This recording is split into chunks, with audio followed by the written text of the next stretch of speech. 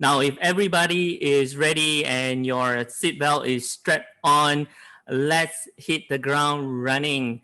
I would like to start, the discussion today because our topic is designing and developing a human-centered digital transformation. Let's really unpack that with the first question. All right.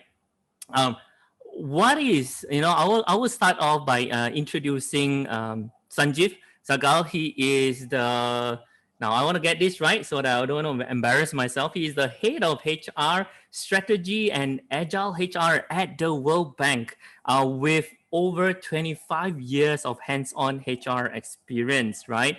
And secondly, I also want to invite Dr. Marcus Rainey. He is also an experienced uh, consultant. Speaking to him, I know he has years of experience. He's the founder and CEO of Human Age. He partners with company across APAC, to advocate and deliver and sustain competitive advantage of well-being. Now, both of you gentlemen, I have this question to start our panel discussion today, this morning. What do you think is the state of digital transformation today? Sanjeev or Dr. Marcus? Maybe Sanjeev first. Let me start, Alex. And I'm delighted to be part of this discussion. So thank you for the introduction. You got it right. And I'm super delighted to be amongst my peers.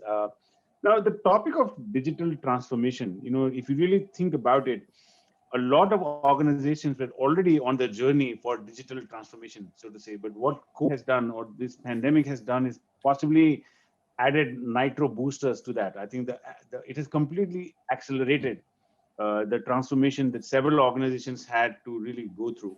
So that to me is something that I have seen. But however, if I actually look at the recent study and the research that is happening right now, but before we talk about the transformation itself, I think we need to kind of pause and also really think about what's happening to the business itself. What's the confidence of the CEOs? What's the confidence of the business community in terms of what's going to happen to the business? So I'm just quoting some numbers from a recent research study that I saw from Deloitte, where almost 85% of the CEOs who participated in the study agreed that there's been significant acceleration of the transformation, the digital transformation during this particular period.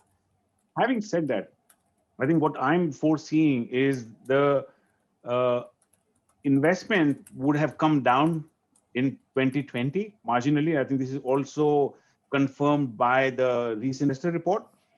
The actual investments has come down, even though we are seeing a lot of digital transformation, but the actual investment has come down a little bit. But I think this is going to pick up in the next couple of years. My assessment is this investment is going to be pretty uneven. We are not going to see the same investment across all sectors and all industries. So to me, a large part of the uptick is going to happen in healthcare, in core technology. It is going to happen in consumer products. However, you'll possibly see a decline in travel, hospitality, energy, utilities, because it literally goes with the overall industry outlook. But I think two things that I'm seeing from an HR perspective is there's going to be a lot more focus on employee experience or staff experience with technology. And I think there's also going to be focus on driving productivity. Because, one observation that I have is today, a lot of organizations are talking about staff productivity. But I think they're talking about taking the work that was done in an office and trying to replicate that in a virtual environment. I think we have to completely rethink about the work itself, because this transformation is not about taking the same work and then pushing it in a virtual environment. I think there's some effort that will need to go in rethinking about the work itself. So let me stop there. Marcus? Wow. Yeah, and if I pick off where Sanjeev left off, right, we've got 6 speakers from 5 countries, about 100 participants. One can only guess how many other nations are being joined in, right? This would have never happened in 2019, honestly, right? We would have had 100 people in the room. So the testament is something we've all witnessed and experienced in our lives. Now, the lens that I look at this problem, from a medical and a well-being and engagement perspective is what has been the employee journey that organizations have been through over the last 9 to 12 months of the global lockdown. Right. So by and large, the work that I do is mainly focused on the Asia Pacific region. And when we in India, which is where I'm calling in from, announced our global lockdown, I began to do a weekly poll. Right. I work with around 200 companies across the region and managed to poll around 40,000 odd individuals over the last year almost. And what was interesting to me is as I started to chart that weekly stress score, was start to then look backwards and try and find what is the pattern that's actually playing out here.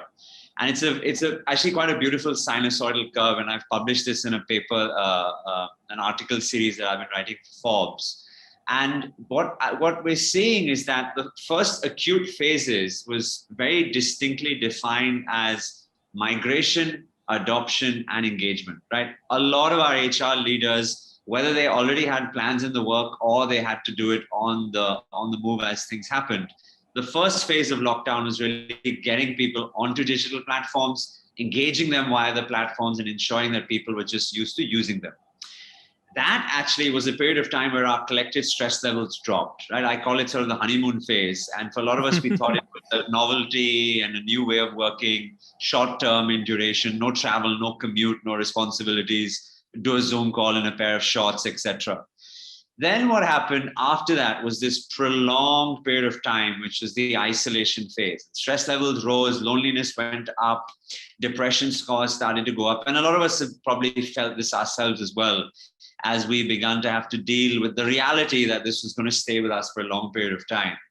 The next phase, which is the phase that a lot of us are currently in right now, is the acceptance phase, right? And you can sort of map it to the stages of grief as well. This is the acceptance phase. And a lot of individuals, teams, and leaderships and organizations are now designing sustainable ways of engaging people to ensure that some of these deficits are being mitigated. But also the next phase, which is the sixth phase in this journey, is the transformation, which sort of picks up on what Sanjeev was mentioning. What is the hybrid model? What does the culture book really need to be? What is our communication style? Remember, 90% of communication is non-verbal, right? We can't do much of that now because we're engaging digitally, etc. So a lot of the work and research that I'm doing is trying to address these issues, but mapping it back to sort of the anthropological journey that we are going through this collective period of stress and strain. Thank you, Dr. Marcus. Right. So here I would like just to take a pause to introduce the other panelists as well. Dear Kimberly Bailey is the Chief Information Officer of City of Memphis. So she will give us perspective on information technology and digitization from a city's perspective. I'm personally extremely curious. I'd like to introduce Lital as well. Now, Lital helps organizations to improve performance, right, by informed decisions about people. So she is somebody who focuses a lot on data analytics, which is very much part of digital transformation. Second part of the session, I would definitely like to ask, what is the major linkage between digital transformation and data analytics, right? So let's make it clear once and for all. And last but not least, dear Mikel, he is in Barcelona, Spain. He's the VP, the Government Digital Information. And when we were chatting prior to this conference, he works with the government. And I don't want to embarrass myself. I will let him tell you how many schools and how many institutions that he works with. Now, dear other panelists, right? So we started off by talking about digital transformation and where we are. What are generally your thoughts to it as well?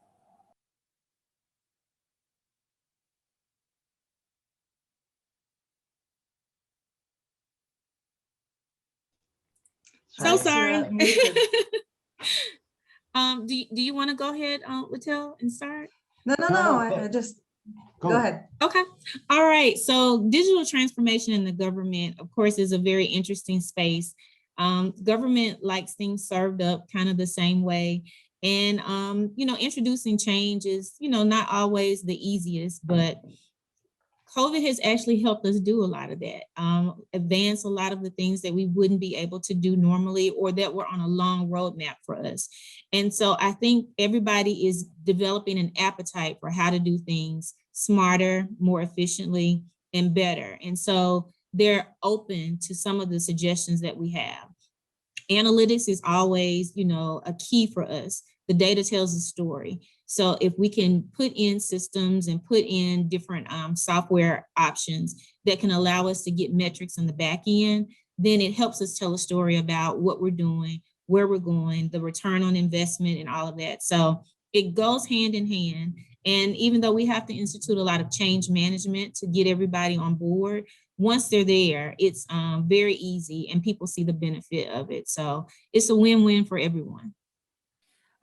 I would like to stay with Kimberly, right? Kimberly, for everybody, a gentle reminder, please connect with all the speakers today on their LinkedIn. The speakers, panelists, please put your LinkedIn profile in the chat box so that everybody can follow you. But Kimberly, I know that before you become the CIO, right, information officer, you were in HR. So I'd like to ask you the second question, right?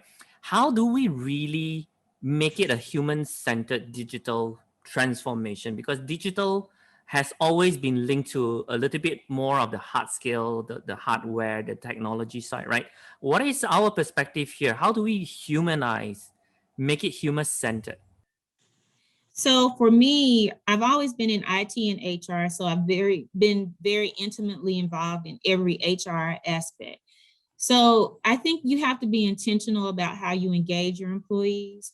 I think you have to be intentional about just getting their feedback. When there is pushback, you have to be willing to listen. You have to be able to speak non-technical terms so that they understand what these changes are.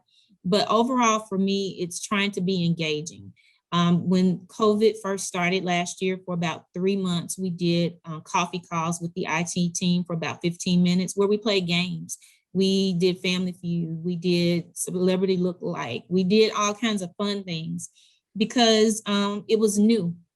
And I'm really big about checking on how my employees are doing and not just what they're doing, because everybody is getting accustomed to something new with working from home and having virtual learning for their students and things of that nature. So I think you have to be intentional and you have to realize that we provide resources to our employees. They're not just human resources for each other. So I that's my biggest thing, engaging and being intentional and letting them know that you actually care beyond the work itself, that you actually care about the person.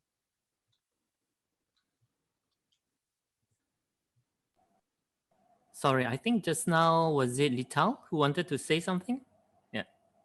Yeah, so obviously COVID-19 crisis brought significant portion of the workforce to work remotely, and we witnessed the acceleration of the digital transformation, as you all said, both in work processes, but particularly in measures. And organizations started to record and leverage new workforce data sources to enhance productivity by understanding employee behavior and sentiment. And the volume of data available to understand and predict employee behaviors will continue, I believe, to grow exponentially, and we'll have more opportunities to manage through the data, including employee listening tools, monitoring tools for safety and well-being, even biometric data that people willing to share, and of course, performance and productivity measures, as it was mentioned, and more emerging tools that we have under the umbrella of people analytics. But with the evolving practices of people analytics, we have new ethical concerns that emerged. And notably, employees worry about privacy and about security when their employers introduce surveillance software sometimes. And they also worry about using their data unexpectedly and even turning their data against them.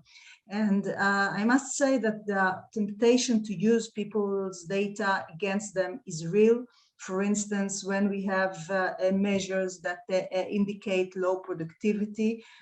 And we must remember in that sense that employees reciprocate And I would not be surprised to hear about employees who's do not feel trusted and find creative ways to avoid the surveillance software.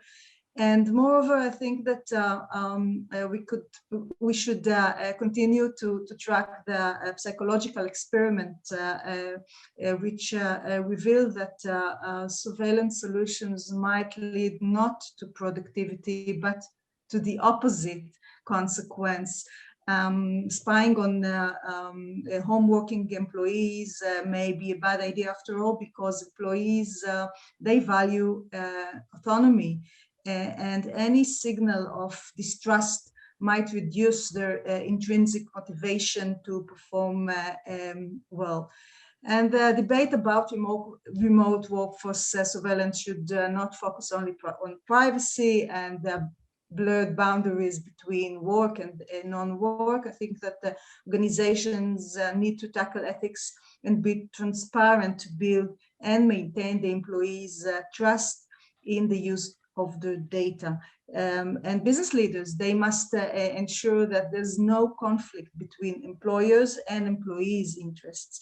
And just to be optimistic, I believe that someday people will exercise beyond the rights and beyond requesting access to their data, and not only to ensure that the employer processes only personal data necessary for specific purposes, but to actually leverage the data for well-being and for career development.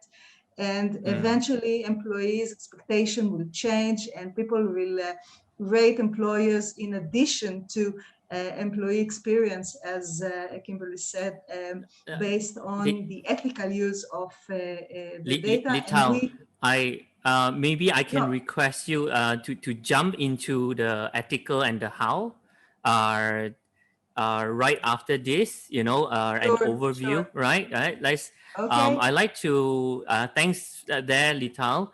How about from the Mikhail? How about you? Yes. Yeah, Alex, I would like to after all these great thoughts of my colleagues, I would like to point out some numbers. I work in government. I work in a digital government agency. We provide digital services to more than 2,000 public authorities in Catalonia, in a region of Spain, a small region of Spain. Let me provide you some numbers about what is the state of the digital transformation, at least in government in Spain. For instance, in terms of the digital maturity, our numbers are that 75% of total citizen transactions for 2020 were digital. It is the double than the previous year, 2019.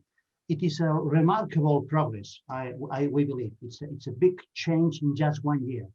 Obviously, this is due to the pandemic, due to many government offices having closed, and all citizens were pushed to submit forms online.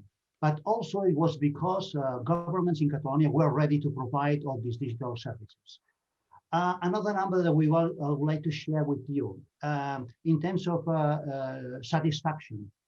Yeah, we conduct systematic surveys with the users, public employees and citizens.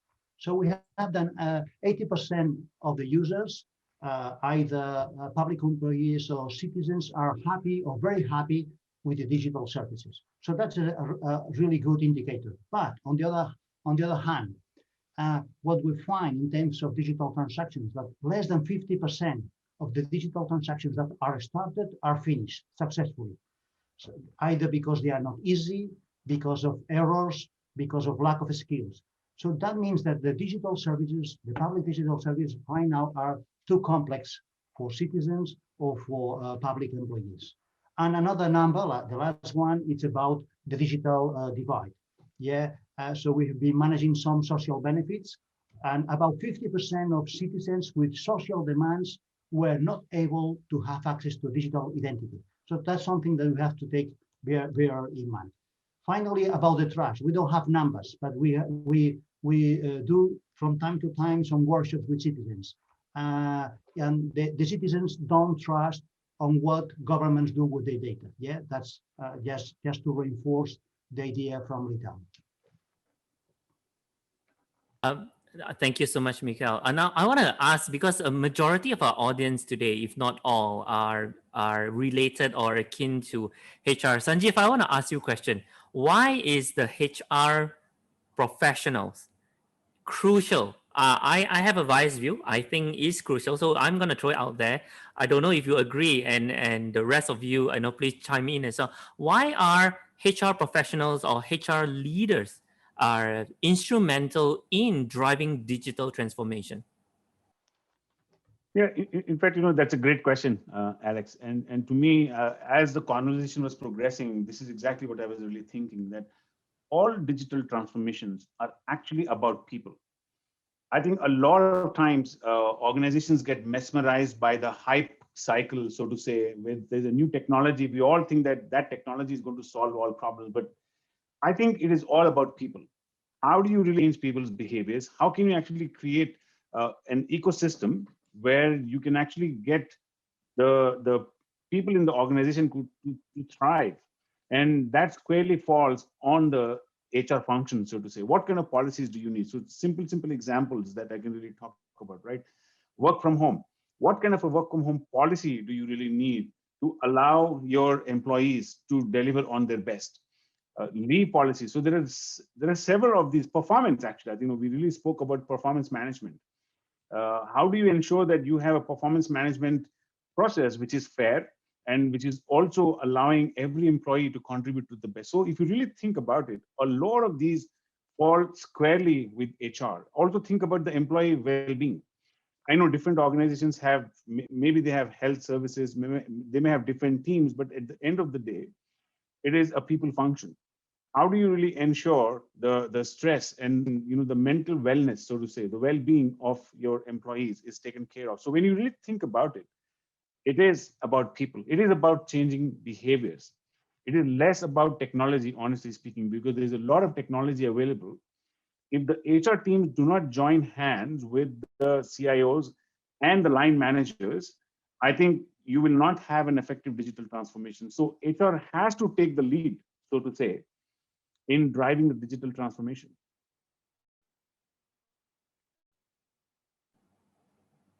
How about the rest? Please chime in. Well, I'll go. I certainly feel like HR helps provide a soft landing for technology within an organization.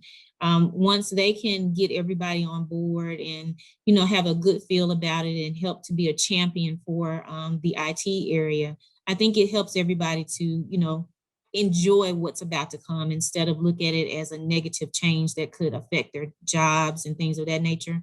So we rely heavily on IT, especially and HR, to work together, especially when we're putting in new implementations. It's just very integral for them to help us with that soft landing so that everyone has a good appetite for what's about to happen.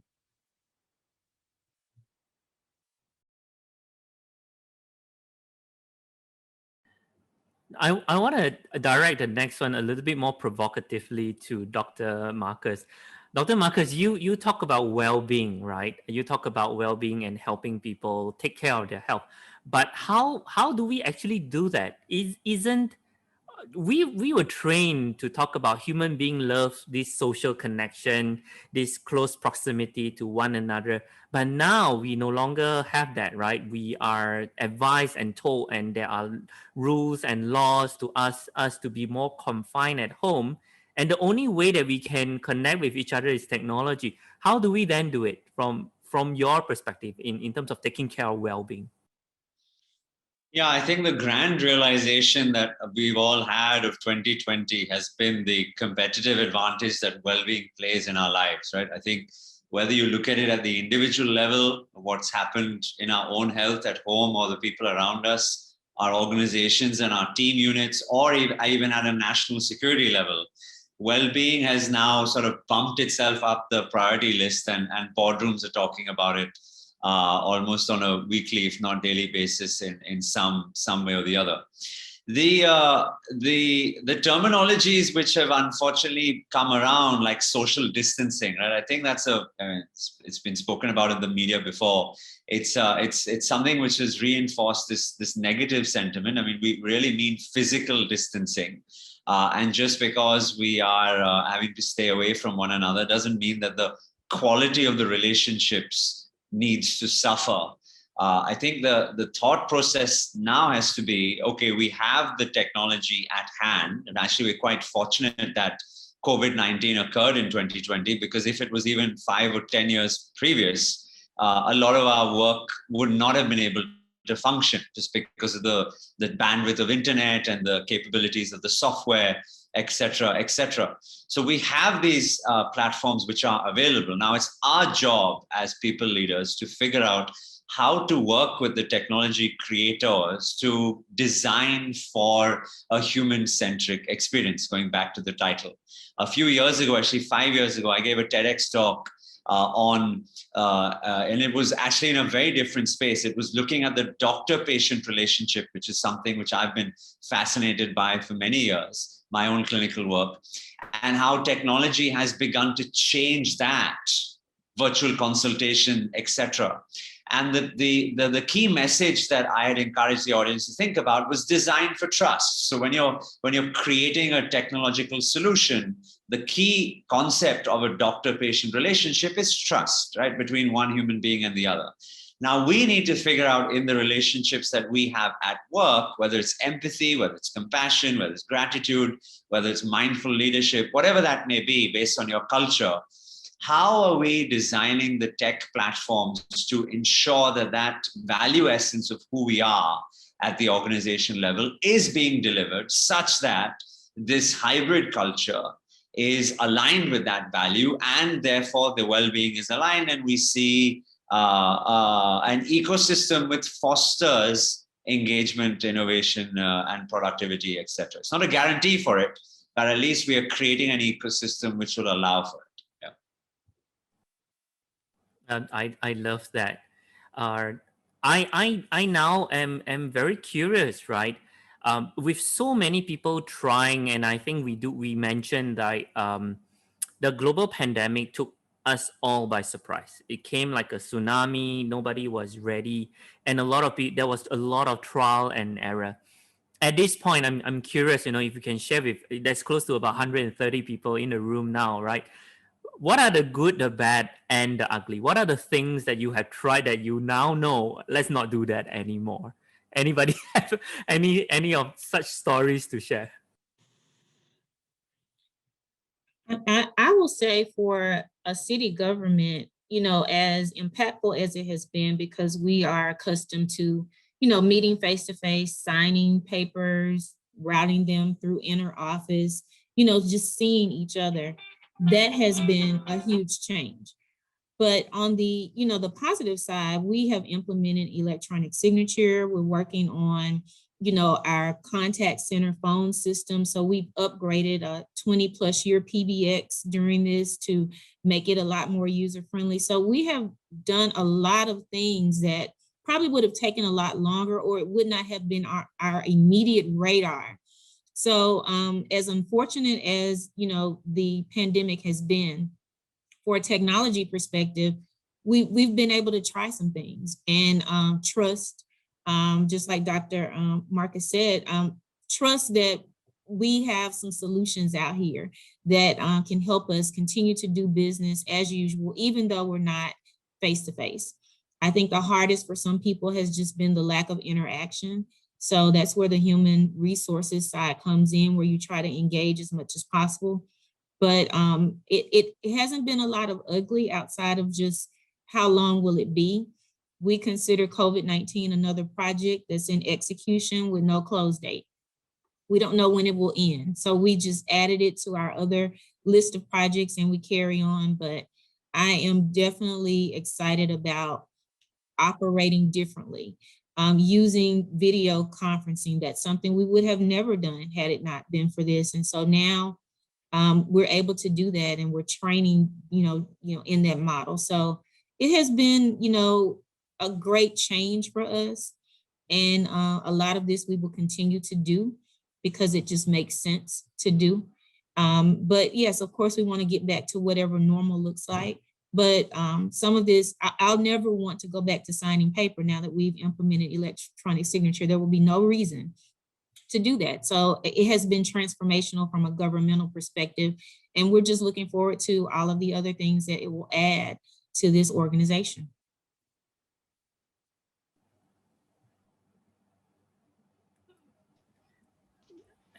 Mikhail, yeah. Can I add a couple of things?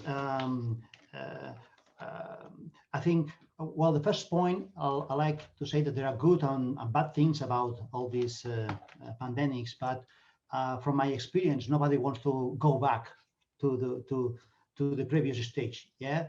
So we have learned a lot, we have experienced a lot, and so we want a new way of doing things. For instance, in terms of the remote working. So one of the good things that we are happy about doing is doing this 100% remote working of all our organization. That's worked very well. We are much more productive.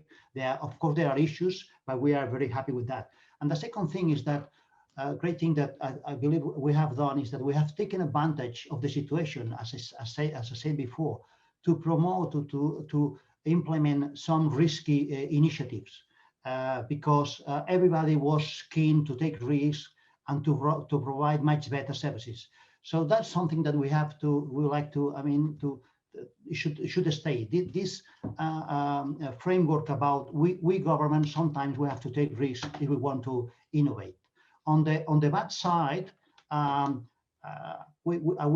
have seen quite a few bad practices. Yeah, for instance, that we should learn from them not to do them again. For instance, some governments have closed the offices all the time, and that have caused a big issue to many citizens. And some governments or some politicians have taken advantage of the situation just to promote opportunistic initiatives with the idea of maximizing the impact on media coverage, but not solving citizens' needs. Yeah. So let me add another perspective from a small office, home office, in the times of COVID-19. Although I was working remotely before the crisis, I found that I'm starting to use different hacks to be more productive and to defend myself from getting burned out, like making calls shorter, keeping time between meetings, things like that. And I started to leverage technology to do that, like automated breaks between meetings that I don't handle. The automation does that for me to keep me from getting burned out. I think that a great addition to my practice in the COVID-19. I'm not going to change that. Feels like all of us will have a digital assistant, very, very soon. Does it come with a sexy voice and a sexy face, right? I just like to throw this good question in the chat box, right? Dee ask, how can we attract and include older workers who may not be so tech savvy? How can we support them and not lose that intellectual capital? I think this is also talk about multi-generation adoption, right? Would any one of you like to comment on that? How do we include older workers?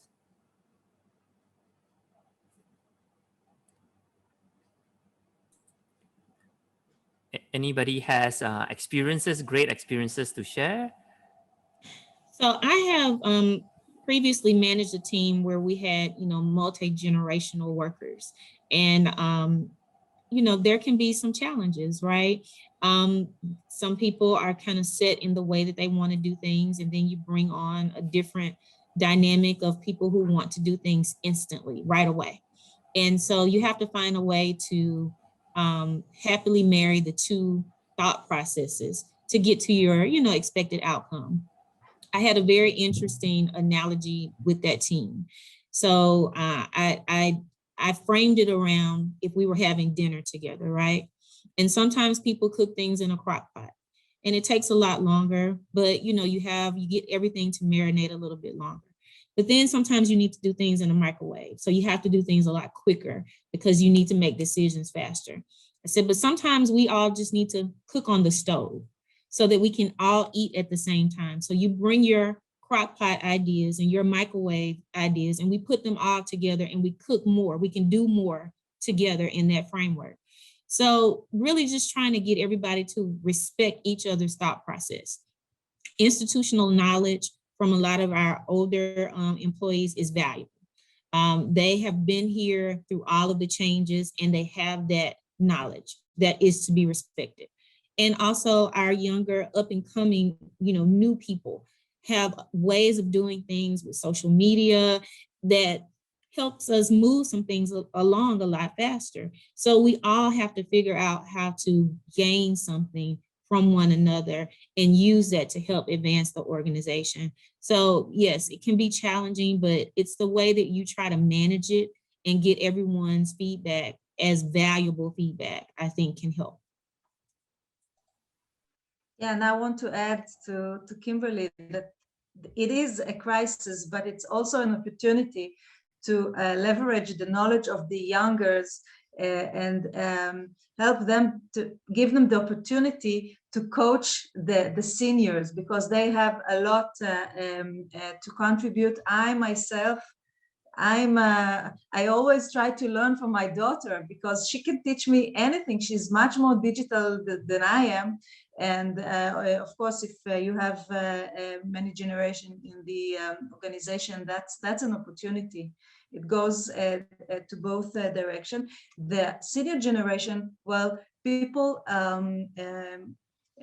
senior people, they experienced crises at the past, so they can contribute some a good perspective of how a society, of how a company, of how a community can survive, can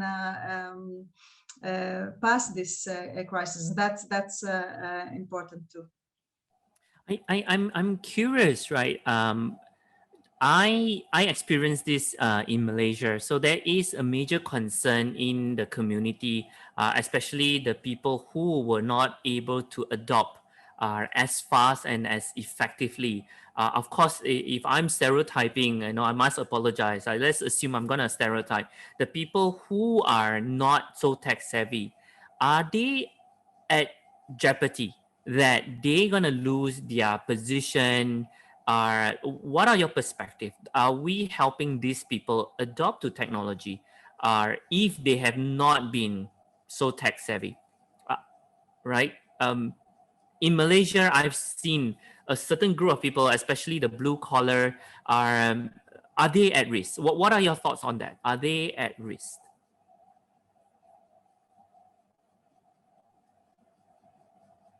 I think there's a lot of I think there's a lot of truth in that, right? Even in India, developing world, and huge polarity in terms of the haves and the have-nots. Just looking at it from a medical lens, because I've been a frontline medic and I've been working in slums since the pandemic started. The accessibility for people to registration of vaccines, to getting tests done, to the Bluetooth tracking devices that was set up from a notification perspective, there was a huge difference in your experiences and therefore your accessibility to those things if you were technologically savvy versus if you were not. Now, the good thing is, I think a rising tide raises all boats. So, I've certainly seen that in my parents who are crossing 70 now. They're beginning to do things on their phone that they would have never done before. Sometimes much to my displeasure and annoyance, honestly, especially with WhatsApp forwards, etc. So I think there is something good which is coming out of it. But you raise a very good point, and that is from an equitable perspective. How are we ensuring that training, skilling, access infrastructure, etc., is being provided, so that we're creating a level playing field, and we're not adding an additional layer of inequity into an already complex socioeconomic construct. So Alex, if I may add here, I think we need to expand this question more than just the age demographic. I think the point that you just made about the blue collar, the example that you shared, I think that's the ugly side of this whole pandemic, or what we're really going through right now. And it is so visible, when I really look back, when the pandemic started, there was so much of anxiety. But I think the people who actually helped were the people who were in the grocery stores, people who were in the front lines. We depended so much on our frontline workers. But if you really think about it, I think the way the stock markets are going in the US, and I see the same in India, two countries that I'm aware of, the big tech and people in big tech have made a lot of money. Just look at how the stock exchanges have grown, right? But on the other side, it has not been inclusive. I think this whole digital divide is real. So to me, there is something that organizations need to do, governments need to do, to really think the progress. How is it going to be inclusive? And we can go on this particular topic for a long time, but I know World Bank and many other organizations and the governments are trying to push this agenda of an inclusive growth, so to say, because that is the ugly side, if you really ask me, of what we are going through at this point in time. At the very beginning, when we tried to do contact tracing, we resorted to having books at every restaurant and asking the older generation, write your name, pen down your name, and pen down your mobile, whereas the younger generation was scanning the QR codes. So there was a misalignment on expectation versus reality, because there is a group of people who have never ever use a camera to scan a QR code in their life, and then suddenly they tell you this is the law. If you don't do it, we're gonna fine you. And we create this punitive kind of approach to get people on board. So I mean, coming back to human centricity, right? You know what? If I can chime in, I think it also requires us to be empathetic, right? To also ask what does the people want or how they want it to be, rather than shoving it down their throat, isn't it? Right. Mikhail, I'm wondering, from a government, from a government perspective, because you do large scales, you probably see a lot large scales from a government perspective, right? Are there data to support that the adoption has been great? And Kimberly as well, of course, City of Memphis. What is the adoption of technology so far? So far, well, as I said before, one of the key indicators is that 75% of the digital transactions are done digitally. So that's one of the key factors. Talking about other numbers and about all public employees, we have. Let me point out one thing. Of course, from governments, we provide a lot of support, coaching, training, and so on. But if we look at the personal side of that public employee, we find some interesting data. For instance, there is a great report from the Barcelona City Council that says that 92% of all the households in Barcelona are connected to internet. Yeah, and all of them have a mobile phone. So on the personal side, most of these all public employees are using a mobile phone, are using Facebook, are using WhatsApp, and are connecting to internet. About the rest, about the 8%, most of them are from people with 75 years or more. So they are basically retired.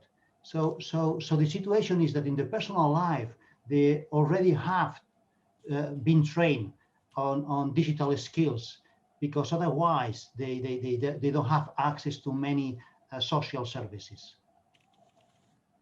So I'm going to put Sanjeev on the spot here, and later after that, Kimberly, and everybody must vote.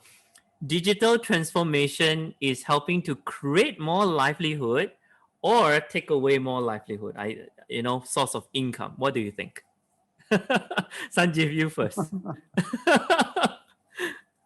Yeah, so honestly, it's definitely a tough one because it is creating a livelihood, but it is also taking away. So I think it is about balance. If I remember some of my numbers, I think it is going to displace about 85 million people if my numbers go right. But I think that's the reason this whole effort of reskilling and ensuring that you have your employees who are able to navigate this whole digital workplace is very, very critical. But I do think the reality is, at least if you really ask me, in the short term, it is going to take away if organizations and people do not pay attention to the skilling aspect of it. That's my view. Thank you, Sanjeev. Kim, what do you think? Um, I don't think digital transformation is hurting anything. I think it's all in how you look at it. I think it's an opportunity for everyone to increase their skill set. I don't think anyone should be threatened by new technology and implementations that come on board. It's an opportunity to dive in and learn something new, and we always have to have people behind the processes and what we put in. So I just look at it as an opportunity. Maybe I'm just a glass half full type person when it comes to technology.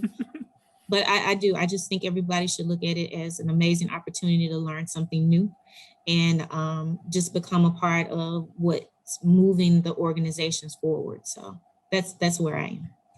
I love that, right? The mindset is important. Lital, how about you? What do you think? Well, I have bad news, but it's Oh, not no. mine.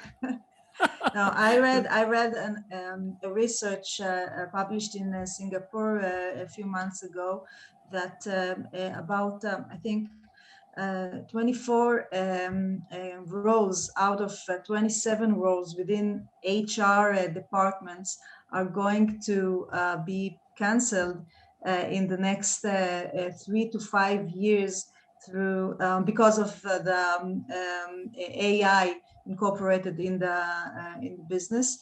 And that's a waking call because everyone should explore the current role and the future role and see what kind of transactional parts of the role can be replaced by automation, and to find and even upskill and reskill to prepare oneself for the future of work. I think that there will not be less jobs, but the jobs will be completely different, and we must think today what are we going to be and what are we want to do in the next 3 to 5 years. I think that's a mission both for individuals and the leaders in organizations.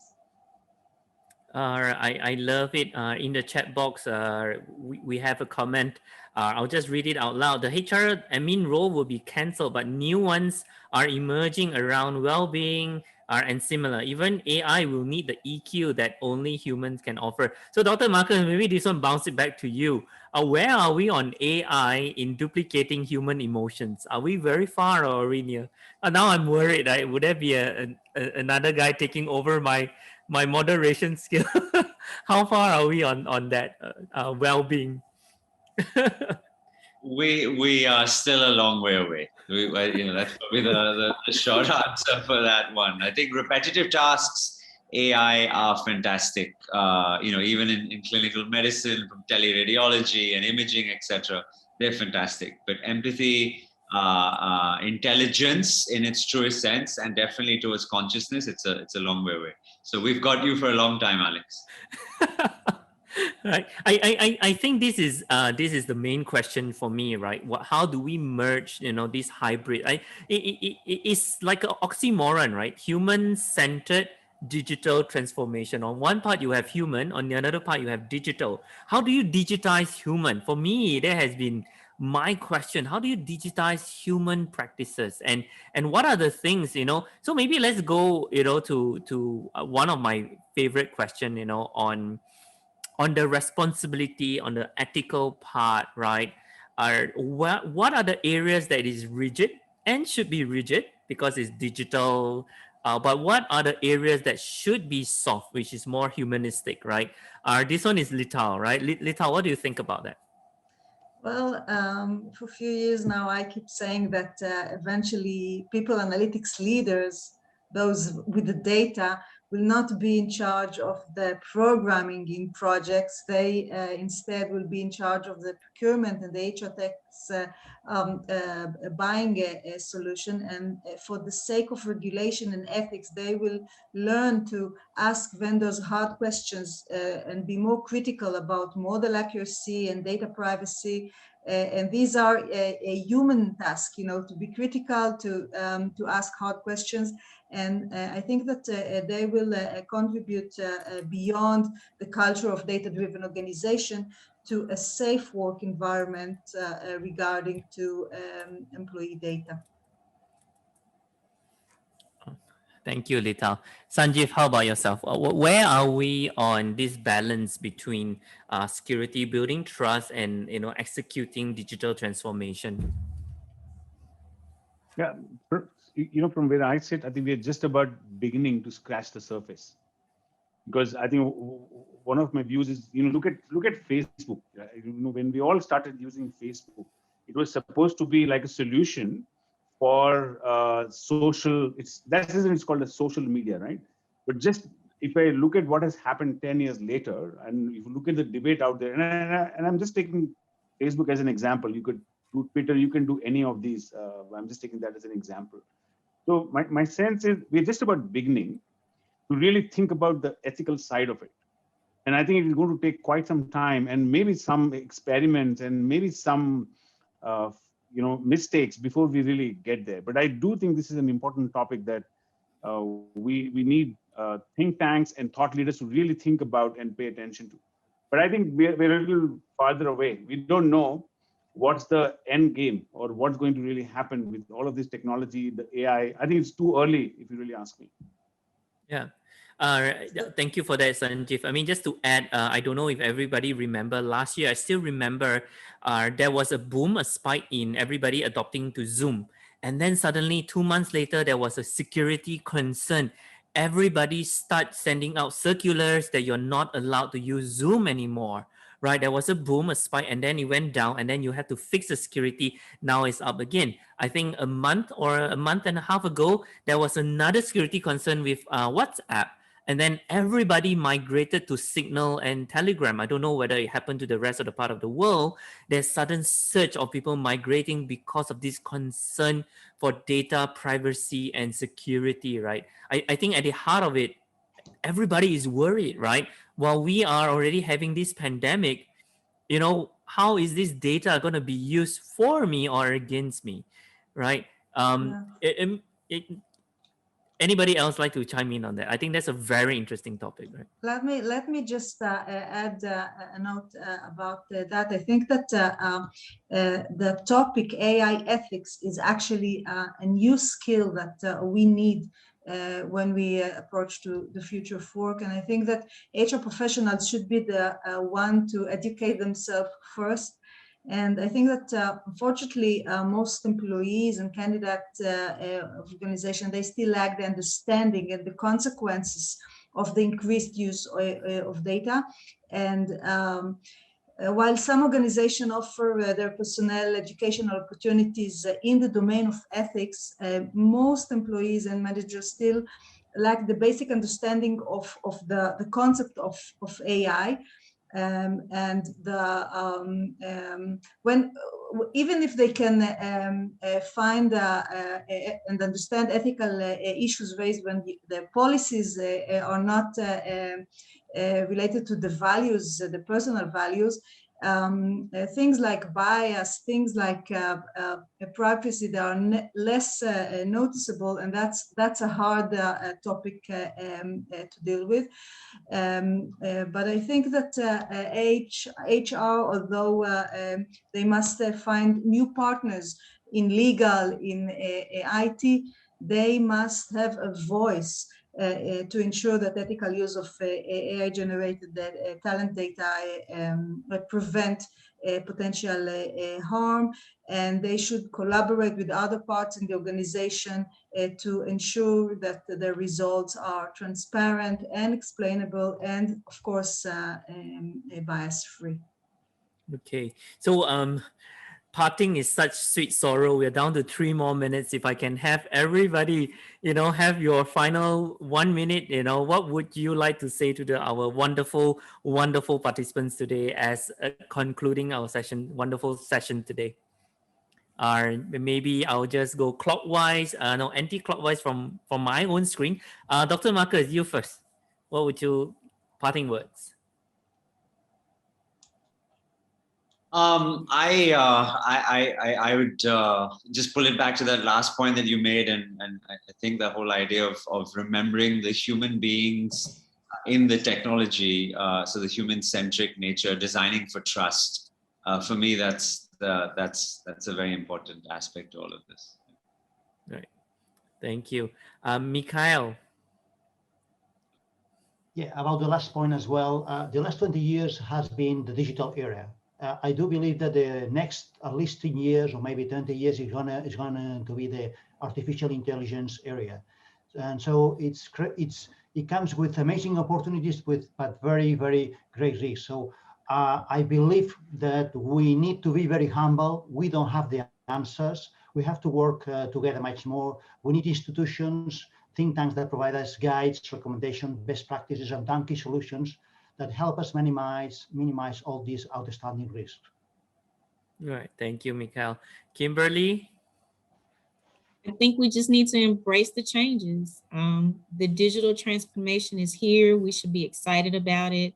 And always keep that human side in there. We need our people to help us push this digital transformation. And that's how you make an organization really embrace what's to come. I love that. Sanjeev? Yeah, I think I'm an eternal optimist, and as human beings, we need to continue to keep that hope and embrace, like what Kimberly just said. I think there is more good in the long run, and I think we need to keep an open mind. Thank you so much. And Lital, last but not least. Yes, so I think that we must start considering a new balance between stakeholders in organizations, and make sure that both employers and employees don't suffer, but gain something from the AI that we incorporate. Balance. All right. Thank you. With that, oh my gosh, a great 1 hour together. From the bottom of my heart, I would like to firstly thank all the panelists, Dr. Marcus, Mikhail, Kimberly, Sanjeev, Lital. You guys are just remarkable. I learned so much. I've taken so much notes.